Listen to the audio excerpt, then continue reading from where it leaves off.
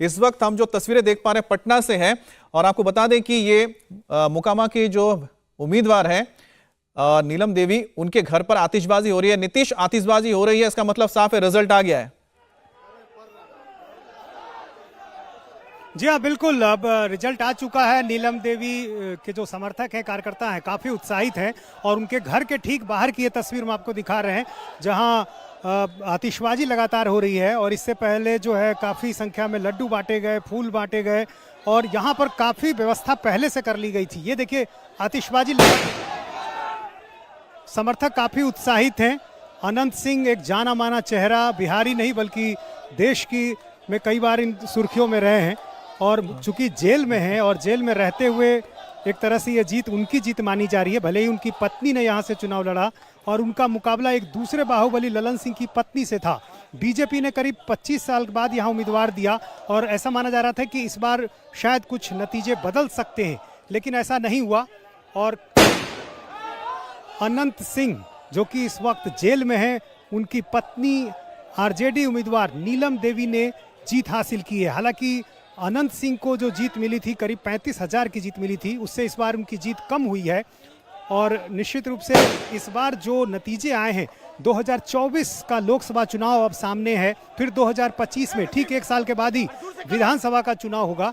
तो जाहिर है ऐसे में इन नतीजों की समीक्षा होगी और जाहिर है नीतीश और लालू ने जब एक साथ हाथ मिलाया है तो बिहार की राजनीति पर इसका क्या कुछ असर होगा, इसकी भी इस बार समीक्षा होगी। और जाहिर है बीजेपी को इन सारी बातों की समीक्षा करनी होगी, देखना होगा, समझना होगा कि आखिर महागठबंधन जो कि 7 दलों का एक बड़ा गठजोड़ बना है, और चूंकि देखिए बिहार की राजनीति में जातीय समीकरणों की बड़ी भूमिका होती है, तो ऐसे में ये जो जातीय गठजोड़ है, इसका जो मुकाबला है वो जातीय गठजोड़ से ही किया जा सकता है। तो ऐसे में अब निश्चित रूप से एक महागठबंधन के मुकाबले एक बड़ा गठजोड़ बनाने की कोशिश होगी और बीजेपी को भी कहीं ना कहीं इन सारे पहलुओं को देखना होगा कि नीतीश और लालू जब एक साथ यहाँ पर आए हैं तो कैसे इस राजनीतिक परिस्थिति का मुकाबला करना है। चूंकि इससे पहले भी 2015 में लालू नीतीश जब साथ आए थे, ठीक एक साल पहले 2014 में नरेंद्र मोदी के नेतृत्व में बड़ी जीत मिली थी, लेकिन बिहार में जातीय समीकरण का एक गठजोड़ ही था जिसने एक अलग नतीजा दिया था और महागठबंधन को उस समय कामयाबी मिली थी। तो इस बार हालांकि 2 सीटों पर उपचुनाव है, पिछली बार भी एक बीजेपी जीती थी, एक आरजेडी जीती थी, इसलिए नया कुछ नहीं है। महागठबंधन ने अपनी सीट को यहाँ बरकरार रखा है, कह सकते हैं, मोकामा में। और चूंकि अनंत सिंह का इलाका है, उनका अपना प्रभाव रहा है। अच्छा, बहुल इलाका कितना मार्जिन, कितने मार्जिन से जीती है? क्योंकि इस वक्त हम जो देख पा रहे हैं, आपके पास शायद सटीक इसके आंकड़े होंगे, जो हम देख पा रहे हैं स्क्रीन पर, जो हमारे पास आ रहे हैं, उसमें करीब 10,000 के मार्जिन का दिख रहा है। जो बीजेपी की कैंडिडेट रही है मोकामा में, तो 10,000 के अंतर से यहाँ पर मात दी गई है आरजेडी के कैंडिडेट ने बीजेपी को। आपके पास इसके और आंकड़े हैं कि कितना मार्जिन से जीत पाई है नीलम देवी?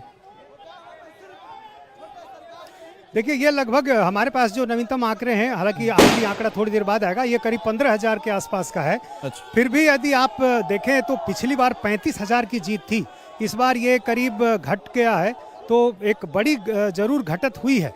फिर भी जीत तो जीत है। अब समर्थक जो हैं वो जश्न में डूबे हुए हैं, ये देखिए डांस कर रहे हैं समर्थक उनके, और अनंत सिंह का ये आवास है। अच्छा नीतीश, आप सुबह जब सवाल पूछ रहे थे कि आप मंत्री बनेंगी, तो अब तो दावा और मजबूत हो गया मंत्री बनने का। अब नीतीश अपने ही मंत्रिमंडल में जिनके साथ उनके बहुत अच्छे संबंध ना हो, उनकी पत्नी को वो अपने कैबिनेट में जगह देंगे, साथी होंगे उनकी। जी हाँ बिल्कुल। देखिए, कार्तिक कुमार जब मंत्री बने थे, कानून मंत्री उनको बनाया गया था, वो अनंत सिंह के कोटे से ही समझिए थे, यानी अनंत सिंह के तरफ से ही उनको मंत्री बनाया गया था। लेकिन जिस तरह से वो विवाद में आए, उनका मामला एक सामने आया, इस्तीफा देना पड़ा। लेकिन अब जब उनकी पत्नी ही चुनाव जीत गई हैं, तो इस बात की पूरी संभावना है और ये लगभग तय माना जा रहा है कि नीलम देवी अब मंत्री बनेंगी। अब कार्तिक कुमार कानूनी पेचीदगियों में तो फंसे ही हुए हैं, लेकिन चूंकि अब उनकी पत्नी विधायक हो गई हैं और नीलम देवी पर जाहिर है अनंत सिंह जैसे कोई आरोप भी नहीं है। अनंत सिंह को मंत्री बनाना तेजस्वी यादव के लिए मुश्किल भी होता, लेकिन उनकी पत्नी अब चूंकि जीत गई हैं, तो जाहिर है अब ज्यादा संभावना इस बात की है कि नीलम देवी को मंत्री बनाया जा सकता है। चूंकि वो जो कोटा था अनंत सिंह वाला कोटा, एक तरह से कहें वो अभी खाली है। नीतीश, अगर लोगों से आप बात कर पाए, पूरी संभावना है कि, और जाहिर है जब मंत्री लोगों से आप बात करें, जो सवाल आपने नीलम देवी से पूछा था, अब जरा उनके जो समर्थक है उनसे पूछे कि दावा और मजबूत हो गया है। जी हाँ बिल्कुल। ये बताइए अब क्या लग रहा है, दावा मजबूत हो गया मंत्री बनने का नीलम देवी? हाँ मजबूत तो हो गया, हाँ मंत्री बनने का।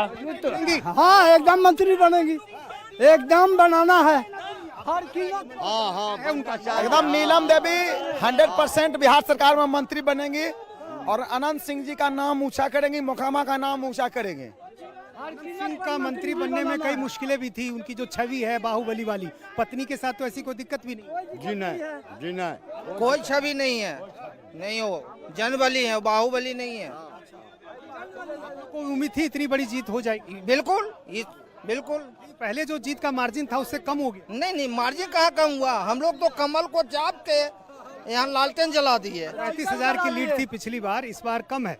तो वो तो तुम साहब थे ना, अभी मैडम है। सर तो साहब और मैडम का फर्क है जो दिख रहा है यहाँ। और बताइए आप लोग भी कहाँ मोकामा से आए? हम खूब खुशी में हैं सब तरह से, छोटे सरकार मेरा जीत गए, पूरा आनंद है। कैसे जीत जाते हैं जेल में रहते हुए? खूब मन को जानता, उनके लिए भगवान है। आपको क्या लग रहा है, क्या राज है जीत का? जीत एकदम देखने रहे, एकदम चकाचक हो रहा है, चकाचक। अनंत बाबू जिंदाबाद जिंदाबाद। लग रहा है मंत्री भी बन जाएंगी, मंत्री भी बनेंगे, जिंदाबाद जिंदाबाद। जाहिर है समर्थक पूरे जोश में है, उत्साह में है और हर किसी को लगता है कि अब मंत्री भी बनेंगी। अब तो आगे ध्यान इस बात पर होगा कि मंत्री बने। बिल्कुल बिल्कुल 10 से 15 दिन के अंदर नीलम देवी मंत्री भी बनेंगी।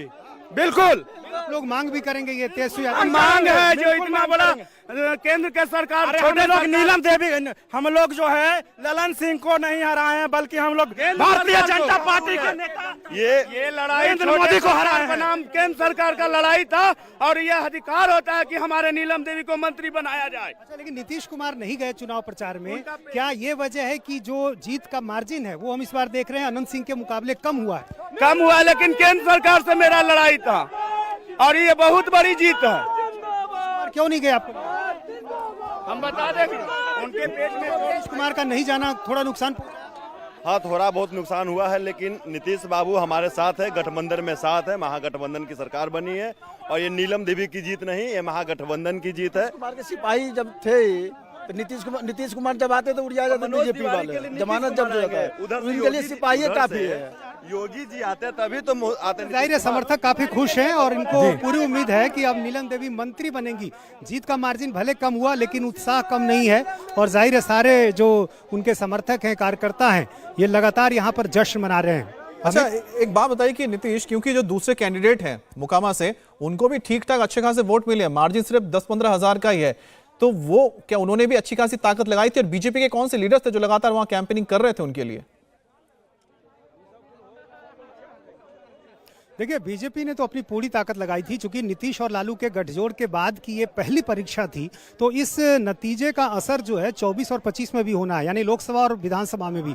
और जाहिर है ये एक बड़ा संदेश भी देता कार्यकर्ताओं में, समर्थकों में, तो इसलिए बीजेपी ने भी ताकत लगाई थी। लेकिन बिहार में देखिए जातीय समीकरणों की बड़ी भूमिका होती है। मोकामा का जो एरिया है वो सवर्णों का इलाका है, भूमिहार बहुल इलाका है और अनंत सिंह चूंकि खुद भूमिहार जाति से आते हैं, हालांकि बीजेपी की जो उम्मीदवार थी वो भी भूमिहार थी, लेकिन चूंकि अनंत सिंह 17 साल से वहां चुनाव जीतते रहे हैं और इस दौरान उन्होंने क्षेत्र में एक 1-to-1 रिलेशन जो लोगों के बीच बनाया है, जिस तरह से लोगों की मदद पहुंचाई है, जो जिसके कारण वो रॉबिन हुड वाली जो इमेज है, और इसके अलावा जो महागठबंधन का जो एक बेस वोट है जिसमें यादव है, मुसलमान है और नीतीश कुमार के शामिल होने से जो कुर्मी, कुशवाहा और धानुक का वोट है, तो एक कह सकते हैं कि जातीय समीकरण में तो एक बड़ी ताकत महागठबंधन को मिली गई है।